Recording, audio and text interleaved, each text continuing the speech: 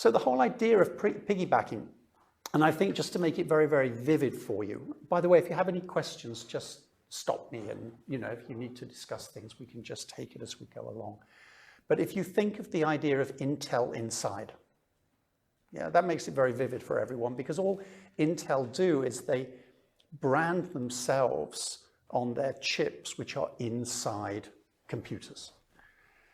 And that's actually quite unusual that firms would actually brand themselves, because we don't know what goes in here or what goes in here. We don't care who the suppliers and the sub-suppliers are typically. But it's quite interesting that we've got firms that are actually branding a component. And the idea is then that because they're selling B2B to the Hewlett-Packard or whoever it might be, it's actually HP that has the responsibility of taking them into foreign markets. So Intel doesn't actually have to do anything at all. They just have to have a relationship with another producer. And that other producer then takes their embodied products, or their product that goes into another product, and markets their product on foreign markets. So this is the idea. So you have two actors, if you like, and just like in piggybacking, you have a rider, the small one, on the top, and the rider is typically inexperienced. They're often startups. They typically have very, very few resources. This is not Intel, but typically speaking. Very little market contacts in foreign markets. So a small, inexperienced player that actually rides on the back of a carrier. And the carrier typically is a much larger, much more well-established firm that has multiple operations, typically globally. So what the carrier does is the carrier adds the rider's products to its portfolio. That's essentially it. So you can offer new things that you didn't have before without having to do any research or any development or anything like this with it. And for the rider, obviously, the big attraction is you can just get economies of scale, because rather than just selling a few and having all the costs of marketing it in foreign markets, you're now selling your products through another person. So you get economies of scale, you can reduce your own unit costs, et cetera, and at the same time you can have a global presence with very, very few resources. So it's very appealing for both rider and for carrier. And it's used in all kinds of industries. And what I've got here is I'm going to use 3 examples to show you how it's been used. And they're 3 very, very different forms of piggybacking. And governments are also very interested in this, because governments are also trying to support startup programs as much as possible. And they know they have very scarce resources. So if they can couple them up with a carrier, then this is a way that you can really get growth for smaller, medium enterprises. So in the case of Intel, it's Intel's brand which gets sold. But that's not necessarily the case in a piggybacking arrangement. So sometimes it could be the producer that rebrands the product in his or her name. It could be that there's a third name that's given to a particular product. So it's not necessarily the case. But the rider, they want it branded as much as possible. Because if you can think that if you can come out into global markets and everybody knows who you are, that's a big advantage. Rather than just being the supplier of this part of a Logitech. Nobody will ever know who it is. So you would never be able to go into a market and ask for this particular thing if you needed it for something. So the characteristics of piggybacking, well, it's a very special strategic alliance. Of course, it's non-equity, so it's not like a joint venture. And it's a strategic alliance where, well, typically with strategic alliances, they work best when you've got the same size partners. And they work best because when you've got a certain size of your organization, you also have a certain organizational culture. You have certain procedures, you have certain routines, et cetera, et cetera. you have a reputation. And if you put two together of the same size, then it usually works quite well because there's no great power differences. The problem with this is when you've got a piggybacking, then you have one that's very, very big, the carrier, and one that's very, very small, the rider. So how do you get two organizations to cooperate, share knowledge, trust each other when they're very, very different sizes, very, very different ways of doing business? The startups are very entrepreneurial, very much wanting to have contact with the market. The more established one is much more routine oriented, is much more internal focused, etc., etc. So they're always related products. So they complement each other, but they don't compete against one another. That's a crucial thing. And they appeal to the same customers. So the advantage is for the carrier that they can go out to their existing set of customers and just sell this product to them. So it's not like they have to find another segment to go into or try to define another customer group. It's their existing customer group. So this allows them to add more value. It allows them to develop better relationships. It allows them to have a bigger income stream, etc., etc. So I've just tried to draw how it looks here, because we have the home market and we have the foreign market.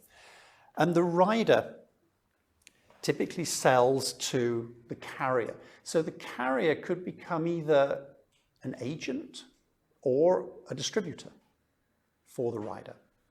So an agent is somebody who basically goes out and sells it and then gets some commission on that sale. With a distributor, that's slightly different. The distributor buys it from the supplier, and then they mark it up however they want, and then they sell it to whoever they want, however they want.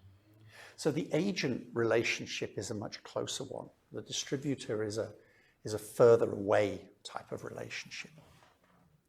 So I've just come with some examples here that the rider will typically also sell to domestic distributors on the market. So let's say it sells for 100 euros, but if it's selling to the carrier, then it would sell at a discount, for example, 80 euros, and then the carrier would then take it into a foreign market, either with its own sales subsidiary, where it would mark it up to say 120 and then sell it to the end user, or it could sell it to some kind of agent, also an overseas agent, who would then mark it up to 120 and sell it to the end user. So there are lots of different routes. There's no one typical route that riders and carriers use to come out onto foreign markets. So what are the advantages and the disadvantages? Well, if we take the rider first, the big problem, if you think of a small startup, the big problem is they simply don't have the resources to deal with mitigating risk on foreign markets. It's always risky going onto foreign markets. They don't have contacts. They don't know the institutions. They don't know the legal systems, how contracts work. They don't have necessarily trusting relationships with new people that take time. So there are a lot of risks. If you sell your products through a carrier, it's the carrier then that takes on those risks. So it's HP's job to sell computers. It's not Intel's job to sell computers. It just happens to be that they're also selling Intel chips at the same time. You increase the speed and the scope of market entry because, again, if you're a small startup with very limited resources, you typically just go into maybe your neighboring country after 2 or 3 years, and then maybe if you're Scandinavian, you may be going to Germany, and then you would maybe go into the UK or Holland or somewhere like this. It's a very gradual process, typically speaking, because you don't have the resources to do that. And often if you're a startup, then you have lots of good technology, you've got good ideas, And it's a shame if you don't exploit the global market that in all probability would be interested in your product. So coming in with a carrier allows you to just be global, almost instantly. So in many cases, the carrier then has the relationship with the end user, whoever that might be. That's B2B typically, it could also be B2C. But the rider then sells indirectly to the end user without having to have any of these relationships. And as you all know, the relationships in B2B are incredibly difficult to set up and to maintain, and very, very costly to do so. So when I was in private banking, we used to take, on average, 7 years to get a customer. So that was 7 years from the first time the customer wrote to us, or their lawyer, or whoever wrote to us and said, we're interested in becoming a private banking customer, what can you offer us? We would then send some portfolios out, but then we're not going to get somebody in Mexico to invest 3 million euros in a little bank in Denmark, unless they trust us. So then we have to fly there, then we have to take them out for dinner, we take them on cruise ships, we play golf with them, we do all kinds of things for 7 years on average. And then they become a customer, and then they were a customer on average for 15 years. But you need deep pockets in order to finance these kinds of relationship development programs. And for startups, they don't have them. But the carrier, of course, is well established, typically has all these relationships. So you really leverage the carrier's relationships and allows you to get into foreign markets. You can also learn a lot. So as a startup, you don't know anything about these foreign markets, and then all of a sudden you're finding out who's buying what are they buying, what are they demanding, what are their preferences, how do these products need to be adapted, etc., etc. And of course, greater economies of scale, you can really ramp up production if you're selling in multiple markets rather than just in your domestic market. The disadvantage, though, you have to give up control because you have your little product, and now it's not you that manages the sale of this product. Now it's somebody else that does it for you. So you're basically handing over your baby to somebody else to look after. Yeah. And there are, of course, risks involved in that. There are co-branding issues.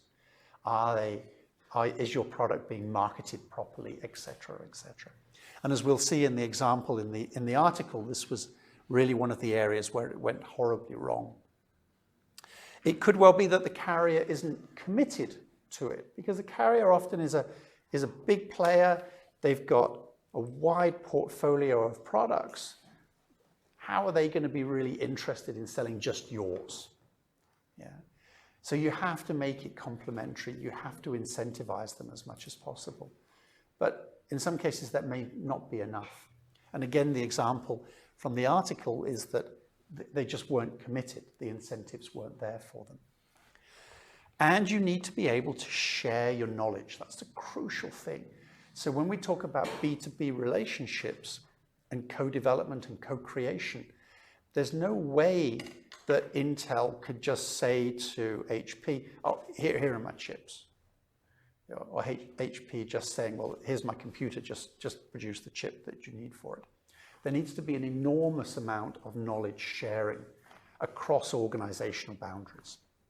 And as one of the examples I have shows you, this can take years and years in almost total secrecy, how you share information so that you both have some form of an advantage afterwards. For the carrier, yeah, the nice thing is they get an extra product. So for HP, they get the product, they get a nice chip in their computer without ever having to know how to make chips. You know, they don't need to develop chips. They don't need chip technology. That's done by the rider.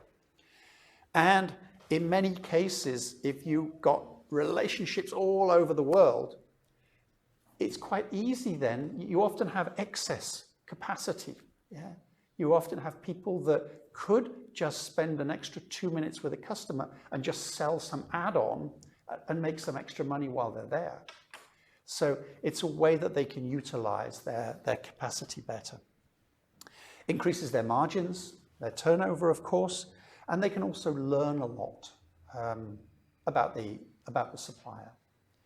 And this, of course, creates problems in itself, because you have something in alliances that's called learning races.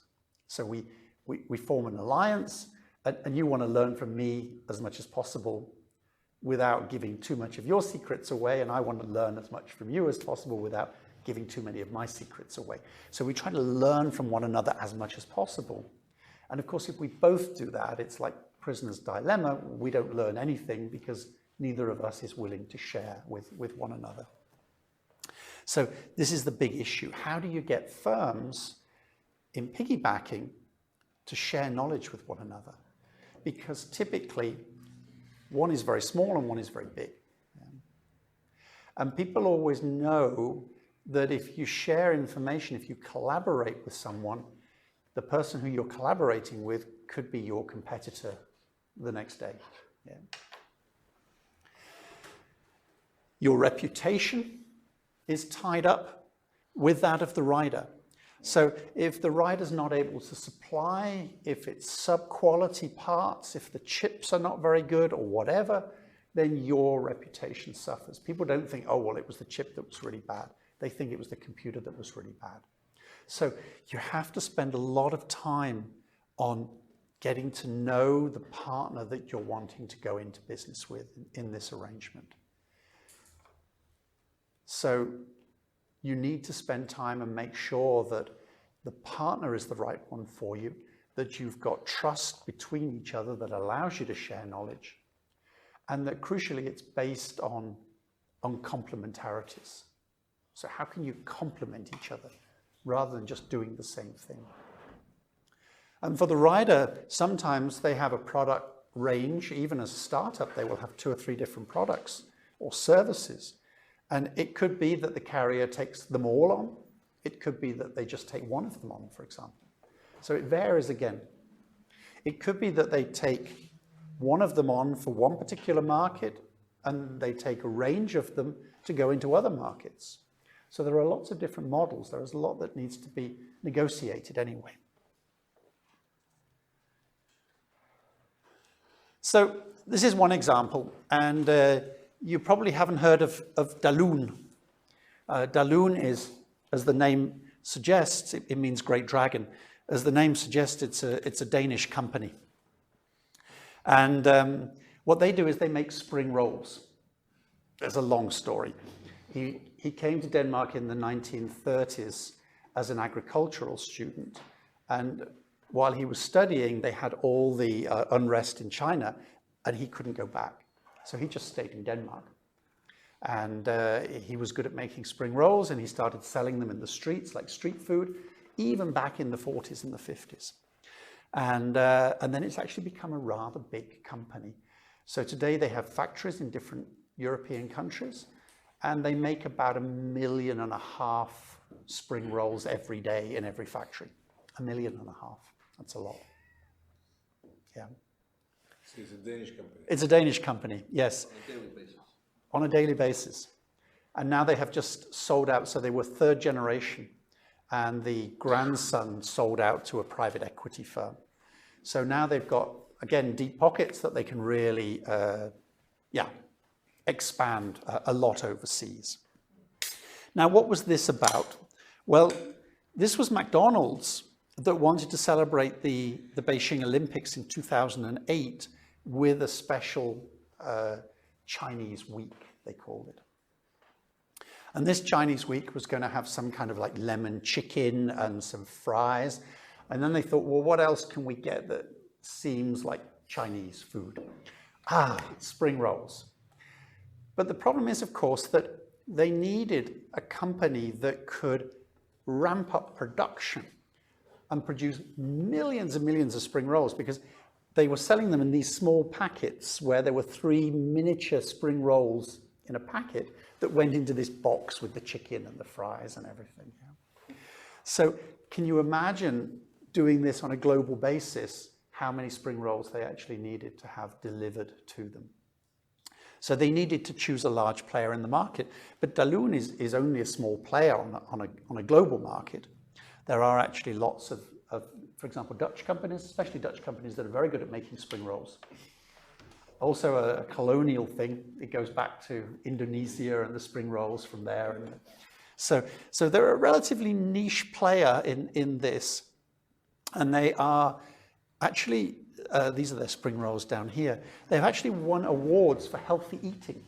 So they do spring rolls that are really super healthy for you. They go in microwaves rather than being fried and things like this. So they've actually won awards for being healthy. So they were approached by McDonald's. And of course, this was a very nice way that Dalun could suddenly come out on global markets for an entire week. So they ramped up their production. They were producing all through the night. They hired new people. They installed new equipment. They did absolutely everything.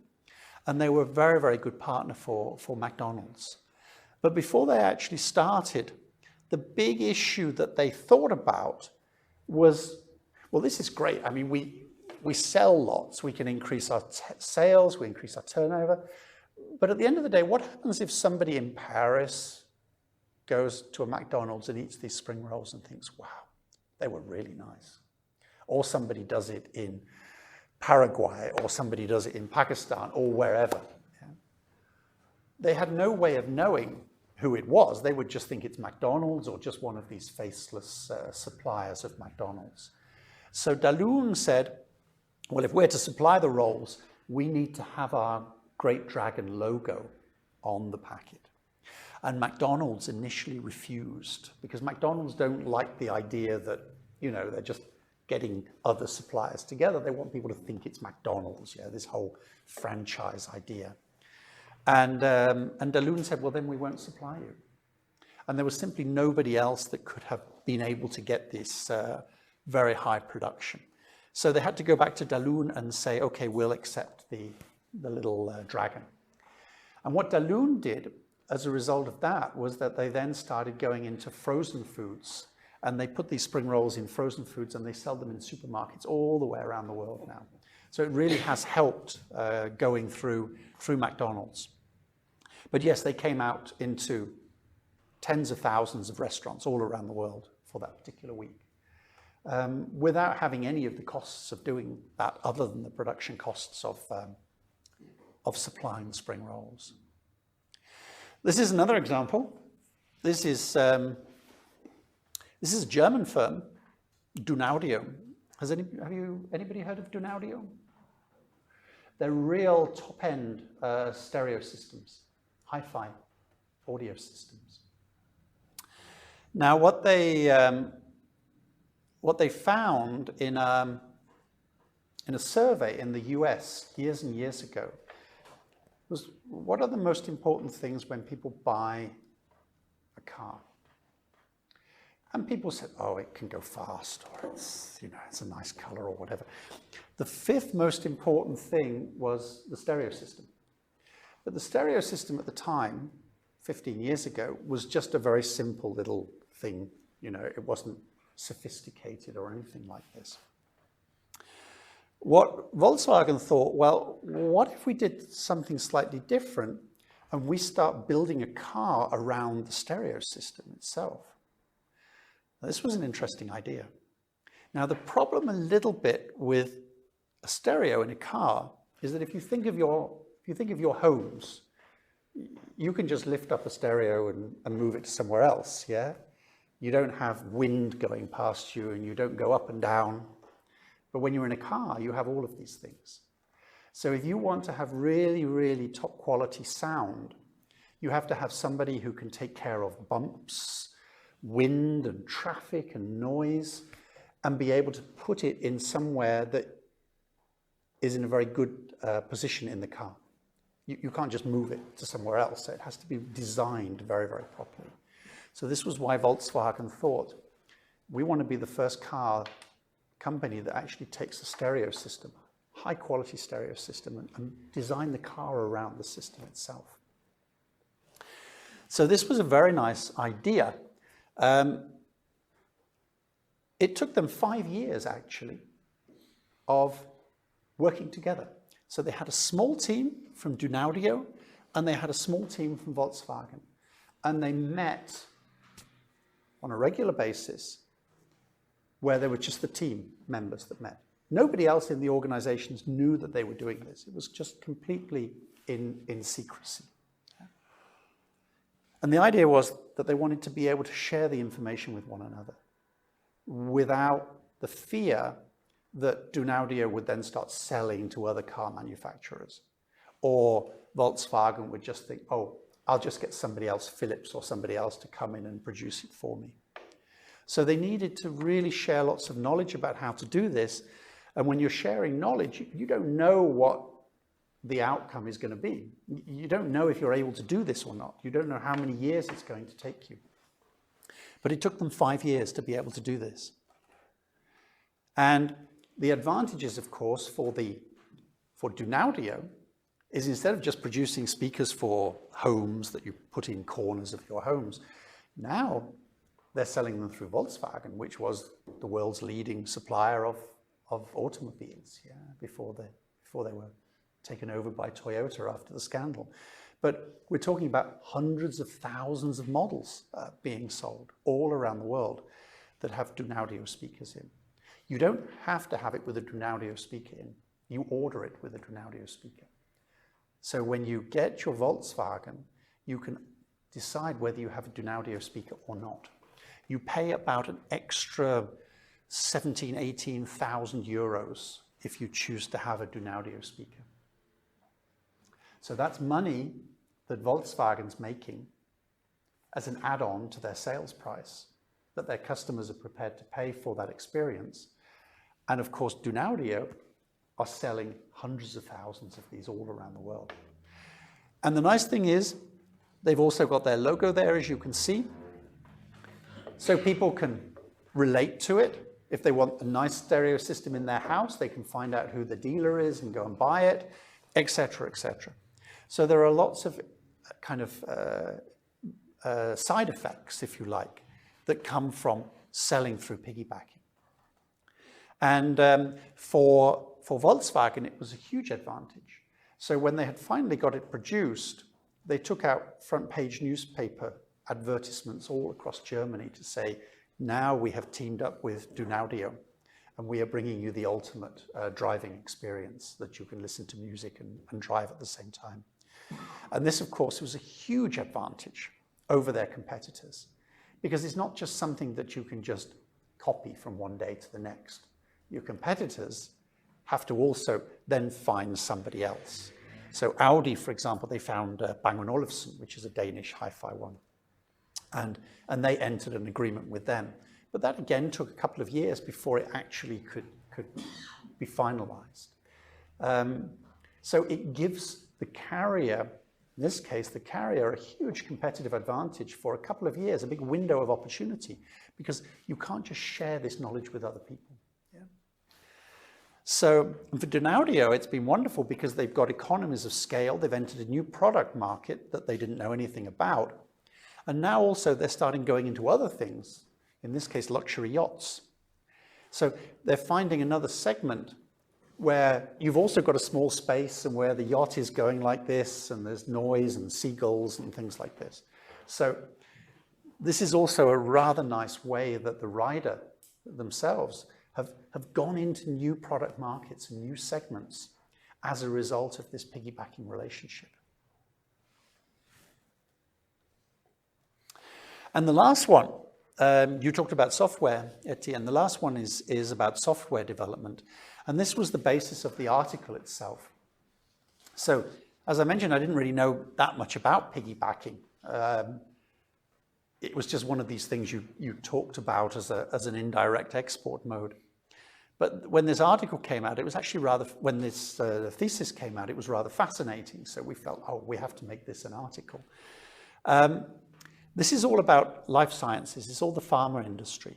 And it's this issue called governance, risk, and compliance. Now, the problem is that when you have pharmaceutical factories around the world producing these kind of drugs, there's lots of issues. What kind of ingredients go into them? What is the packaging? What are the side effects of that particular batch? What batch numbers are there? Etc., etc. And if there's any problem, if a drug comes onto the market and it has a problem, then the authorities need to go back to the producer and find out, well, what happened to that and where are all the others? Where have they been sent to? And you need to recall them all and get them back, and et cetera, et cetera. So it's a huge issue, this issue of compliance, because if the authorities come into a factory and they say, well, we need to know when did you make this batch 175, you need to be able to tell them pretty much instantaneously, immediately, who made it, where is it, where are the rest, etc., etc. If you don't, you can be fined very heavily, because of course it's very dangerous to health. You can also be closed down as a factory. So this was a huge problem within pharma, within life sciences. So the problem that the carrier in this case was a consultancy firm that specialized in pharma.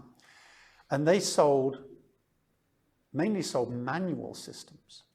So how do you get this information off the computer manually?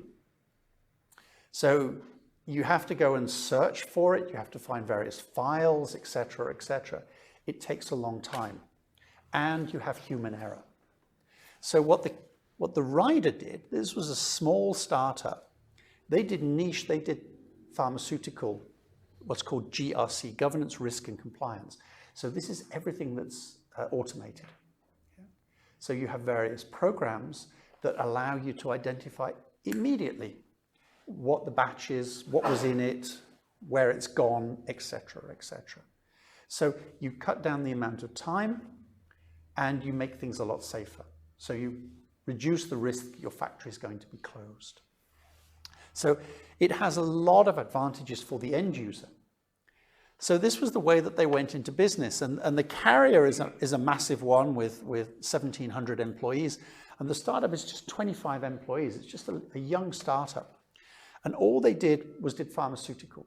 So you have lots of GRC in lots of other industries like chemicals or whatever, but they just did pharmaceuticals, and they did it specifically for products, pills and things like this. So the Rider would be able to, if the Rider could get the carrier to sell the automated GRC, then the end user would be very happy. The carrier would be able to make some extra money on selling a better solution to the end user. And the Rider would be able to come out into all these different markets. And in pharmaceuticals, you're talking about China, Switzerland, Germany, and the US. These are the biggest markets. And these were the ones where the carrier was present. So they had all these relationships. So it sounded like a nice idea. And as I said, we followed this for about 4 years, actually, where we were at meetings between the two, or rather our co-author was. But we went out subsequently and collected extra data from the different CEOs and the different managers of both the Rider and the carrier, went on technical courses with them, etc., etc. So we followed this whole process for 4 years. And the beginning of it actually went really well. And this was because the CEOs and the top managers, they knew each other because they were all in this niche area of pharmaceutical and compliance. They knew each other and they'd had relationships together. They had worked together at different times and things like this. So they had very, very high levels of trust. And they shared they just opened their firms up to each other. They shared all the information that they needed. Now, you need to share a lot of knowledge here because the compliance for pharmaceuticals differs from one country to the next. So if you're in the EU, it will be very different from Canada, very different from the US, for example. The way that certain drugs are allowed to be marketed, what can go in them, etc., how you describe dosages, all kinds of things. They're very, very different from one EU country to another also. So you're going into all these different countries where the requirements are very, very different, and also the requirements change quite a lot. So a lot of times we find that, oh, some drug wasn't working properly or there was a side effect. We need to get the producers to produce without that. So there was a lot of information that needed to come from the authorities back to the rider so that they could change the software that could then be sent to the carrier to then sell it to the end users. So the carrier, who had the contact with all the end users, all the pharmaceutical companies, he or she needed to give lots of information back about everything that was happening, new legislation, new rules, new systems, everything that was happening on the host market. And the rider then had to be able to make the changes and then communicate these to the carrier. So the carrier could then sell it on to the end user and train the end user. So that was the idea, and it worked actually rather well. They had global help desks, for example, where the rider was staffing that and communicating with the end users, because it was the rider that has all the knowledge about software programming for this. They had done a lot of socialization activities. They exchanged people from one firm to the next. They had a steering group where they had quarterly meetings and they discussed how can they do mutually beneficial things. So at the top manager level, it worked really, really well. The problem was that when you started rolling it out at the implementation level, then it got passed down to the middle managers, and they didn't know each other. They didn't trust each other at all. And they didn't really think it through properly, because they should have realized that the automated version ultimately was a competitor to the manual version. The end user will think, okay, maybe the manual versions may be a bit cheaper. We like the relationship we have with the carrier, etc., etc. But now the carrier's coming and introducing an automated product. Do we trust it? Is it going to work if we really need it? We're used to the manual product, etc., etc. But I think they should have thought ahead and thought, well, in this age of technology, that, you know, the manual version, it just takes too long. There's the risk of human error. People are going to go over to the automated. So the problem was that the end users wanted the automated product, but the carrier was not incentivized properly. The carrier was incentivized that the salespeople were getting their bonuses based on their what they call consultancy hours. And if you have to train somebody to use a system manually, it takes a lot longer than just installing an automated system. So when they went out to their end users, they were typically selling the manual service, which took them hours and hours and hours. They could be there for days or even weeks, and they were making lots of money. And this money was going as bonuses to the managers and to the salespeople, etc., etc. When you had the automated one, that was basically you made one sale, it went in, and that was it. Then they didn't need to do any relationship management. They didn't have the opportunity to sell other things that they were trying to sell, other consultancy services like lean production or whatever it might be. And at the same time, the end users just wanted to have contact with the riders, because if they had a specialist question about this software, if there was a technical issue, they couldn't speak to the carrier because the carrier didn't know anything about it. They had just sold it. They needed to speak to the rider. So the carrier experienced that they were being cut out, if you like, of this relationship by the rider. So you've got lots of mistrust, and the rider started worrying, well, what if the big carrier just acquires us? What if they just buy us and start doing this themselves? Yeah, what's going to happen to us? What's going to happen to our jobs? So they're thinking, okay, maybe we shouldn't just give all the information to the carrier, because if the carrier has to find out these things themselves, it takes time, it takes money. So maybe they're not going to acquire us. If we give them all the information, then they can just acquire us and just run the thing themselves. So the rider started keeping back information, and the carrier were coming with lots of comments. Oh, it's just a little startup. They're not we can't depend on them, they could go bust at any time, etc., etc. So what we found is when it went to the middle management that the size differences actually became a big problem. Yeah. And the trust issues became a big problem. And the piggybacking arrangement actually just failed. Yeah. So they could have had some form of complementarity, but they weren't able to make it as good as it could have functioned. So it became competitor products in a way. And they hadn't incentivized it, so the carrier was not interested in selling it.